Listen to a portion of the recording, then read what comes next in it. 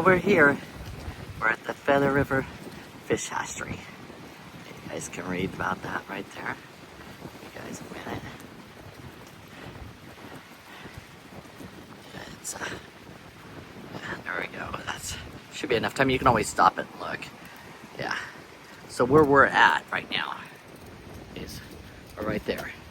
This is where the ladder goes and stuff and everything. And then you walk up to the facility and stuff. So I won't make it up to the facility today because legs aren't that great. So we're not gonna make it all the way up there, but I will go up there and show you guys all that. Okay, and definitely you gotta watch out for the rattlesnakes. I know that. Warning. Something about mud snail. Who knows? Anyways, so let me show you guys this over here. Like it says, why a hatchery? Upstream from here is the Lake Oroville Dam. It supplies water to millions of Californians and flood control for the region. Construction of the Oroville Dam altered the Feather River, destroying some of the spawning and nursery grounds.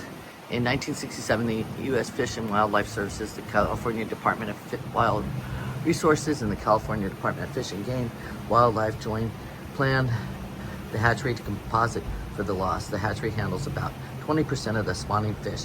The remainder of the spawning naturally in the river below the dam. There you can see where the dam is. Taking you guys up there. We'll go up there too on this series because I'll be doing a whole series of this. Okay. And then you got here, let's back this up a little bit so you guys can see it. The salmon journey, you can see, and Endorminus, both Chinook salmon, steelhead trout, I think I'm saying that, Endorminus, meaning they migrate from the ocean.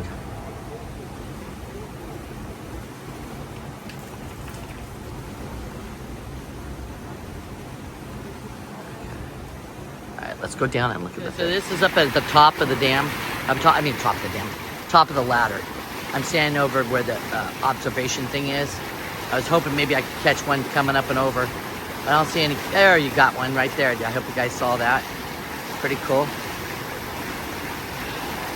Let me see if I can zoom in. Maybe we can see another one. Awful noisy right here because I'm standing right over one of the ladders. Here, let's head down and look at the, first we'll go look out at the lake, the river itself. Show you guys some of the scenery, see? And that's where the waterfall is that I like to look at. But yeah, that's all the river and stuff. Very desolate looking with the rocks and stuff. But yeah. So this is the ladder itself. I'll show you, see?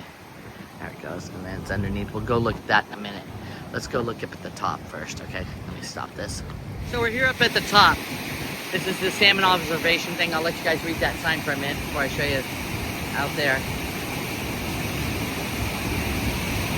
And I do have last year's that I did too, guys, so you can always go back to the 20 or 24th. All right, let's see if we can see any of the fish jumping. Oh wow, you can see them in there though. I'm gonna zoom in. See all the dark spots? All the dark things in the water? Those are all the salmon. Pretty cool, huh? A lot of salmon. A lot of salmon. Wow. A lot out there. Let me zoom back out so that we can see if we can get it, catch any jumpers.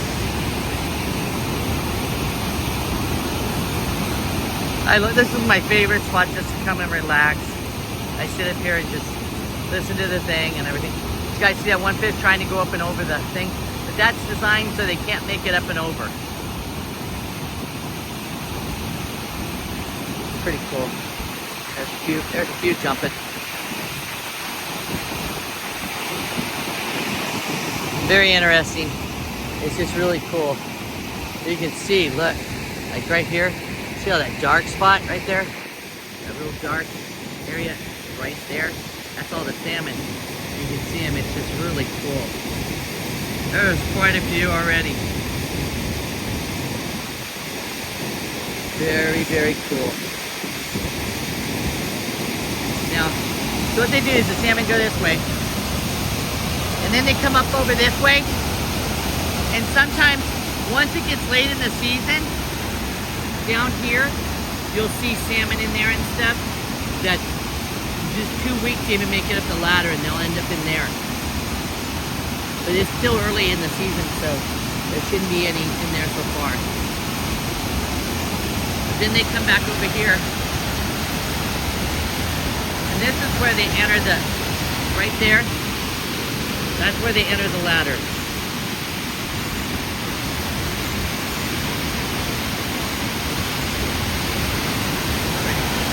There's the dam back there. That's the actual dam, not the overflow.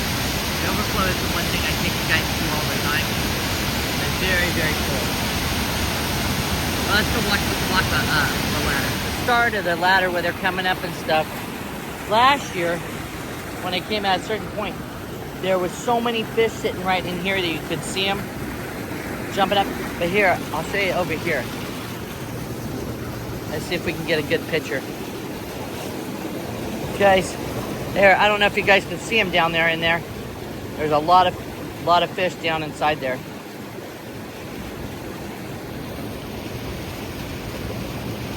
Trying to get a good picture. The fence is in the way though. But yeah, really cool. Oh, sorry, wrong way.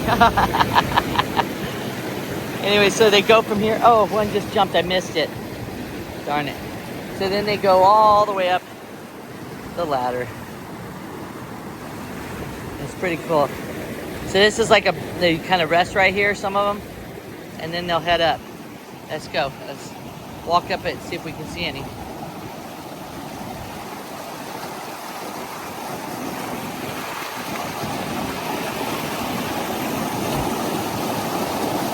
Awful noisy, I know.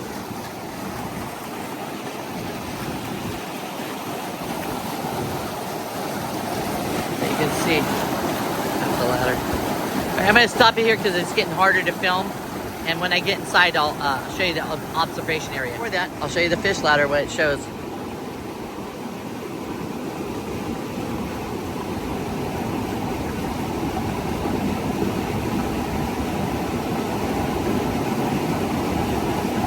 Alright, let's go inside. You can really see them.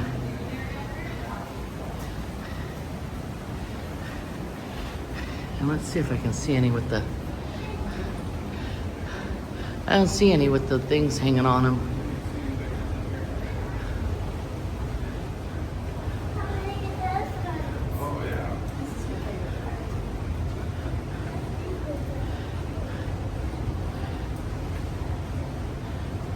And the ones beat up and stuff, and they're the ones that have traveled the farthest.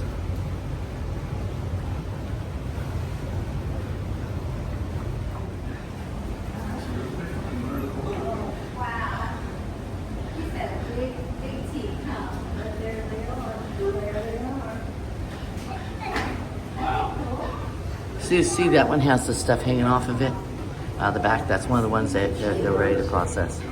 That will be going through on the different colors and stuff. That's how they track them.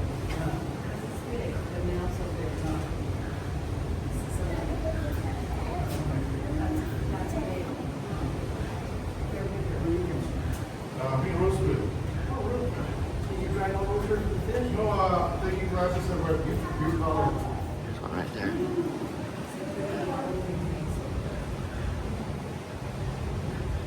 See, that one has the thing coming out of the back. I believe that's how. Oh, that's a big one back there, isn't it? Amazing, huh?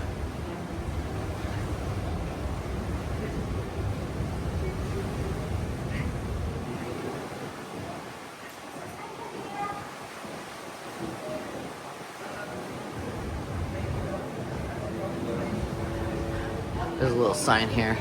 It's life is hard. Salmon and trout have a tough challenge at getting home to their spawning grounds. Sea lions, bears, seals, porpoises, eagles, and people try to catch salmon. You may see fishing hooks in some.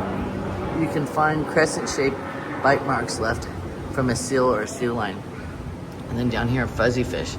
The immune system of the fish is weakened because it stopped eating weeks ago. Fungus often develops once the fish enters the fresh water. Can you see the fungus on the fish? You see some of them have it. Let's see, like this one has a little bit on the bottom. But some of the ones, like I said, they traveled farther and so they're weaker. Yeah, this is the travel of the Chinook and steelhead trout too.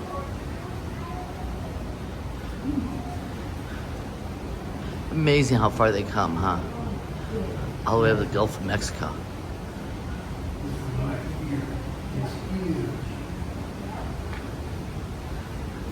So these are some of the steelhead pictures down here, and then the salmon and stuff. The salmon, once they spawn, they die. They don't go back out. The steelhead, they spawn and then they go back out and continue to live. They live usually about 4 to 6 years. Pretty cool. Here, that's the female on top, and that's the male, the king salmon. That's the Chinook. And then over here, that's steelhead trout. That's the female, a little smaller, and the male's more colorful. Okay, and what I was talking about with the tags, guys, the hull printing, that's down here. Okay. Have you noticed a green piece of plastic or any other fish? Spring run Chinook salmon are tagged with 2 hull print tags. Look for the green plastic tag sticking up to the dorsal fin. These tags carry information for tracking and ensuring proper spawning at the hatchery. The trip home is often fertile salmon, sometimes will have only 1 tag left when they return to the hatchery. The hull print tag includes a fish ID number and a request. If found, please call the Feather River program. So in other words, when I talked to the guys up there and stuff like that, so if one of them dies out on the river or somewhere or whatever, and you find it with that, you contact them, and that way they know that where the fish had gone, if it didn't make it back or whatever, and that way they keep on information on it. Very, very, very interesting. So let me go back over to the window. Like you see little bubbles in it and stuff, white, pink, and tiny pink. Those are the eggs, but I haven't seen any yet. Later on, when we come back later, we will see that and stuff. I'll show you guys in the water there sometimes. Yeah. Let's see. Amazing. Amazing fish. Look at that sucker, how big he is. This one, my gosh. That is big. That is a big sucker.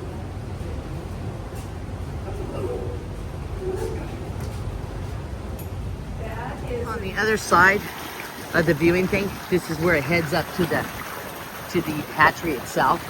It's I want to say it's roughly almost a mile there. Yeah, but you can see nothing in there right now. They kind of look like that barrier's up to where they really have to jump to get up and over.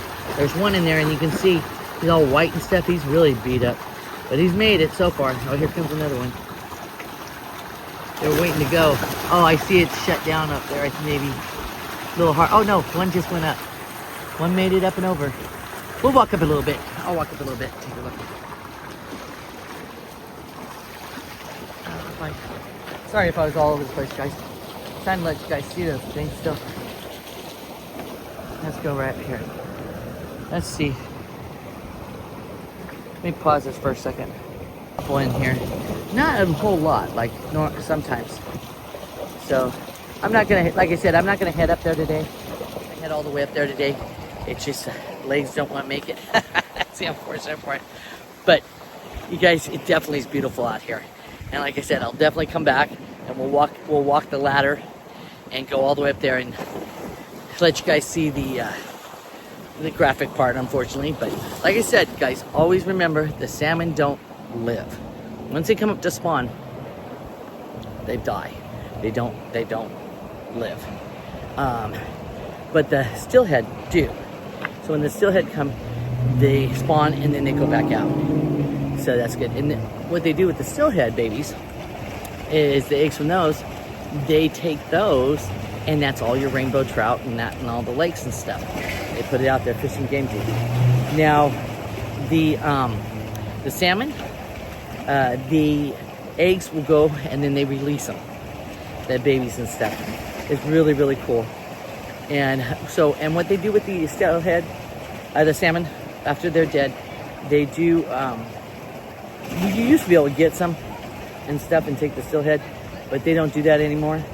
Now it's, they give it to, I believe, Indian tribes, but supposedly not in California. I don't get that. But this year they may have changed it. Well, I'll let you guys know if I find out. When we go down there, we'll read stuff on it and everything and ask some questions. But let's see if we can see these guys jumping up right here. Let me see. Hold on, let me flip this. All right, so here you guys might be able to see. Let's see if you guys can see here. See if we can catch one jumping up and over. That's the one down below that, unfortunately. It didn't make it. Oh, and maybe we can catch one jumping up and over. There's two down there. Oh my gosh, poor things. But, come on, where's one? None are jumping. Of course, because I turned the camera on. Oh well. Well, guys, like I said, for today, I'm gonna go ahead and end that, and I will be back out. The festival's on this weekend, so we'll try to get out to that. And then, like I said, I will come down probably next week, and we'll walk all the way up that ladder and take some pictures of them processing and stuff. So, all right, guys, have a wonderful day.